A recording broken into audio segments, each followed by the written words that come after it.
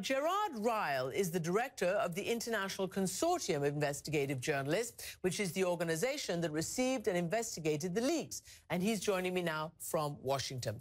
So welcome to the program. Can I ask you how you got this? Is it classic whistleblowing, or what can you tell me about this cash that you got?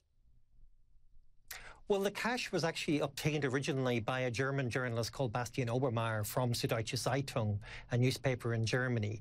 He got it from an anonymous source who claimed to be basically concerned about what he or she saw in the documents.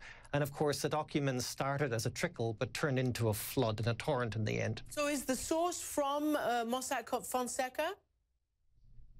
Well, it's an anonymous source. The person claimed that their life was in danger if they ever became known as the source for this material, because, of course, there are so many powerful people that are being revealed here.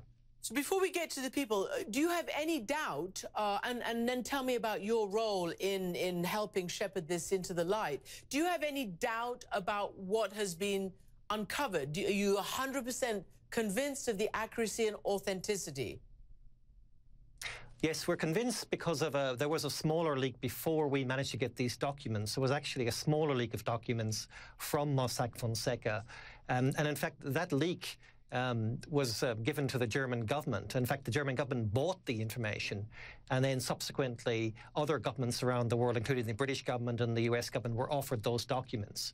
We were lucky enough to get access to that material. We cross-referenced that material with this material, and of course it all matched perfectly. And the other thing you've got to, I guess, understand here is that it's almost impossible to make up 11.5 million documents. And of course, when we went around the world to confront the people who were named, they all confirmed that, in fact, yes, the documents were real. So it is a huge amount, and people are wondering whether more is going to come out. But more to the point, let me just ask you to sort of parse this idea of potential illegality. So obviously, as you know, and everybody knows, offshore accounts aren't always illegal. Do you believe, and do you have actual, sort of evidence that these accounts and these revelations show illegality? And if so, where? Where can you direct us to that? Well, there's no doubt that illegality is occurring here. Mossack Fonseca may be correct when they say that they are an innocent party here. But you've got to remember that Mossack Fonseca don't always even know who the end client is. In fact, it's only when the end client turns out to be on a sanctions list, for instance, that they actually find out that that's the client they're dealing with. They claim that, in fact, their clients are the major banks and the major accountancy firms and the major law firms around the world that are using their services. And it's clear from the documents that Mossack Fonseca don't always know who the ultimate beneficial owner of these companies are. So let me run by, obviously, a few of the responses that have trickled out today. So from the Kremlin, as we've already said, they deny it, and they say it's just another part of this web of lies about President Putin, basically saying, to us, it's clear that the main goal of such reports was and is our president, especially in the context of upcoming elections. Now, on the other side of that political fence, Petro Poroshenko, the president of Ukraine, has tweeted, having become president, I'm not participating in management of my assets, having delegated this responsibility to consulting and law firms. What's wrong with that? Well, I guess in some of these cases, for instance, in Poroshenko's case, he did not declare that he had the offshore company. So that's an issue if you're an elected politician. With Putin, there's no doubt that these people are very close to Putin. I mean, one of them is the godfather of his child. And one of these offshore companies is the owner of a ski resort where Putin's daughter got married. And we're seeing some very strange figures in the documents where loans of hundreds of millions of dollars are actually given to people, and there doesn't appear to be any repayment of these loans. And you also see loans that are given in US dollars, but then repaid in rubles.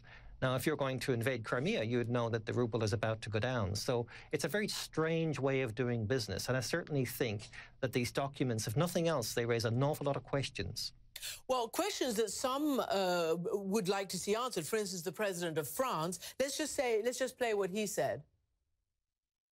It's thanks to those who come forward that we now have this information. These whistleblowers are doing work that is useful for the international community. They take risks and they need to be protected. So that's the president of France's belief. So what stands out for you, or rather, what do you think the consequences of this are going to be? Well, I think the biggest consequence here is that this is a massive blow to secrecy. And the offshore world really only has one product, and that is secrecy. And when you take away that product, then they no longer have anything for sale. And I think for years and years they've been getting away with this secrecy. And we're also seeing in the documents that every time the governments and authorities try to crack down, they're finding new ways to get around those obstacles or barriers. Gerard Rao, so much more to talk about, and we'll follow it and we'll come back to you. Thank you so much indeed. Thank you.